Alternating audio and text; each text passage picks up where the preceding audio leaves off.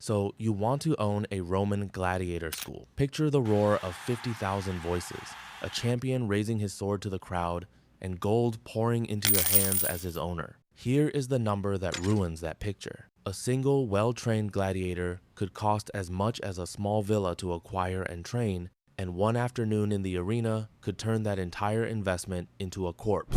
You did not just buy an athlete, you bought a fortune that could die in front of 50,000 witnesses. We are going behind the barracks walls of a Roman ludus, because the business of selling violence for entertainment was, underneath everything, a business of managing risk on legs. So what would you actually be owning? A ludus was not a cage with a sword rack. It was a combination barracks, training academy, hospital, and talent agency built around men whose bodies were the entire balance sheet. The Ludus Magnus in Rome, built beside the Colosseum itself, gives us the model. It held training yards, cells for housing, dozens of fighters, an armory, and space for medical staff, all positioned so the emperor's games never ran short of talent. You are not opening a gym. You are running a facility where every resident represents thousands of sestertii of standing capital, and where the product occasionally kills the product. The first cost is acquisition, and it varies enormously depending on what you are buying. Most gladiators began as slaves,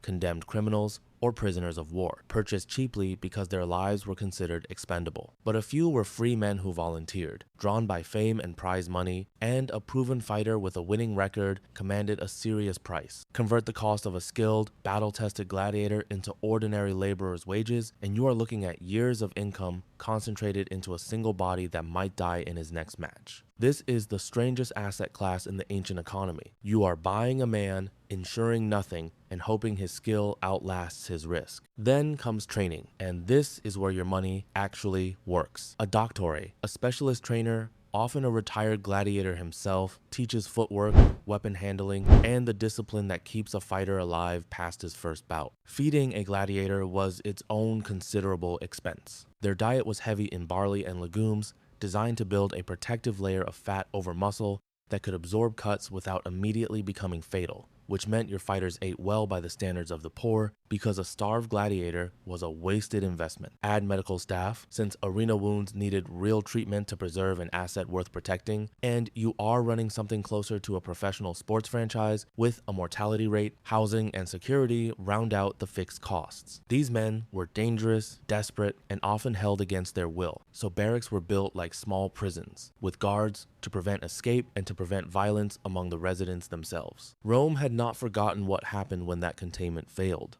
Now the revenue, and here the business becomes genuinely clever. You did not typically sell gladiators outright, you leased them. An editor, a wealthy sponsor funding public games to win favor with the crowd, would pay you a fee to bring a set of fighters to his event. Some contracts specified that if a gladiator died, you would be compensated at a rate far higher than his lease fee, since a death cost you a trained asset you could never recover. This is the core mechanism worth understanding. Your income came from renting out risk, not from ticket sales, and the safest financial outcome for you was often a fight that ended without a death at all. Survival was profitable in ways the myth ignores. Crowds could call for a defeated gladiator to be spared, and a skilled fighter who consistently won or who fought bravely enough to earn mercy could be used again and again, appearing at multiple games across a career. A gladiator named Flamma is recorded as having fought dozens of times before dying at a relatively advanced age for his profession, and each surviving appearance meant another lease fee for his owner. Compare that to a fighter who dies in his second match. One of those men is a repeatable asset. The other is a write-off you never fully recover. There was a side economy too. Betting on individual matches moved money separately from your lease fees, and the reputation of your school became its own product. Owning gladiators who consistently won made your ludus itself more valuable, since editors wanted fighters with a following, and a crowd favorite drew a premium price no unknown novice could command. Your name attached to a stable of proven fighters was worth more than any single body in it. So, who actually got rich running one of these schools across an entire career rather than one lucky season? Not the Lanista who staked everything on a single prize champion. That path had one obvious failure mode: the day your champion lost. The operators who built lasting wealth ran large stables, dozens of fighters at varying skill levels, so that the loss of any one man was absorbable rather than catastrophic. They diversified across fighting styles, since different weapon classes appealed to different crowds and different editors, and they invested in training that extended careers rather than gambling on raw talent alone. A longer career meant more lease fees recovered from the same initial investment, which was the entire game. The risk, however, was never fully controllable, and one story makes that permanent. In 73 BC, a Thracian gladiator named Spartacus, held at a school in Capua, led a breakout with a small group of fellow fighters. What began as roughly 70 escaped men grew into an army that would humiliate Roman legions for 2 years before finally being crushed.